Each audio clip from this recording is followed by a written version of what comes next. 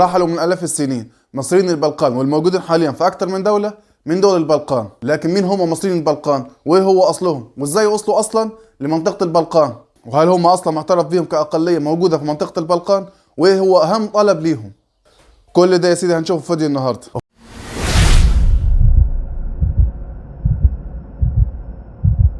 وفي البداية كده يا سيدي، وقبل ما نخش في الموضوع نعرف مين هم أصلا مصريين البلقان، لازم نعرف أصلا مين هم دول البلقان. ودول البلقان ده يا سيدي زي ألبانيا، زي كوسوفو، زي ألبانيا، زي رومانيا، وحبة دول كده حلوين. وندخل بعدها يا سيدي على الحتة الأهم في الموضوع، مصريين البلقان أو أقلية مصريو البلقان. ومصريين البلقان يا سيدي موجودون في كوسوفو، في ألبانيا، وفي مقدونيا، وفي جنوب صربيا، وبيوصل العدد بتاعهم ل 100,000 نسمة. ومن سنين بيطالبوا مصر إن هي تعترف بهويتهم المصرية. ومصريين البلقان يا سيدي دول أغلبهم مسلمين، وبيشتغلوا في الحدادة والزراعة وفي الموسيقى.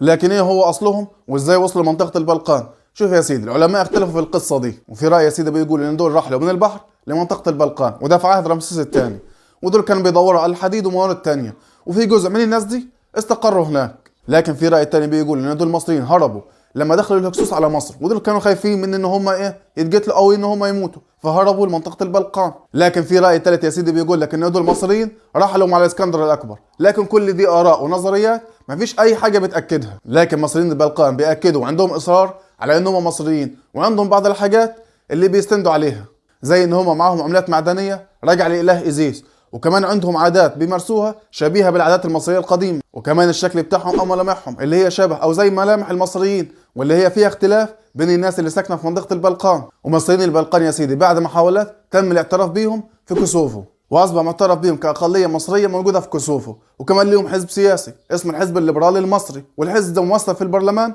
في كوسوفو. وشعار الحزب عندهم يا سيدي عليه رسمة الأهرامات، وكمان علم كوسوفو عليه 6 نجوم. النجوم دي بتمثل الأقليات المعترف بها في كوسوفو، ومن ضمنهم الأقلية المصرية. لكن في المقابل يا سيدي المصريين الموجودين في البوسنة وفي ألبانيا وفي مقدونيا مش معترف بهم نهائيا. لكن الأقلية المصرية الموجودة في دول البلقان طلبها الوحيد إن مصر تعترف بهويتها المصرية. لكن مصر لحد الآن مش معترفة بيهم، لأنهم ما عندهمش أي دليل قاطع بيقول إن هم دول أصلهم مصريين. لكن هم بيطالبوا مستمرين وعندهم اصرار على ان مصر تعترف بيهم. ولما اعترفت مصر باستقلال كوسوفو وان هي دوله ذات السياده، هم حسوا ان دي حاجه مطمئنه بالنسبه ليهم، لان هم جزء من كوسوفو.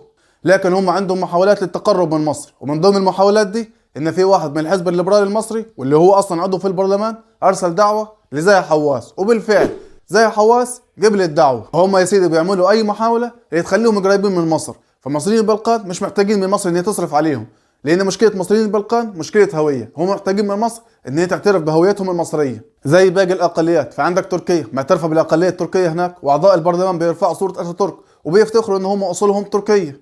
وبكده يا سيدي نكون خلصنا فيديو النهارده. ولو عجبك الفيديو ما تنساش اللايك والاشتراك في القناه. والسلام عليكم ورحمه الله.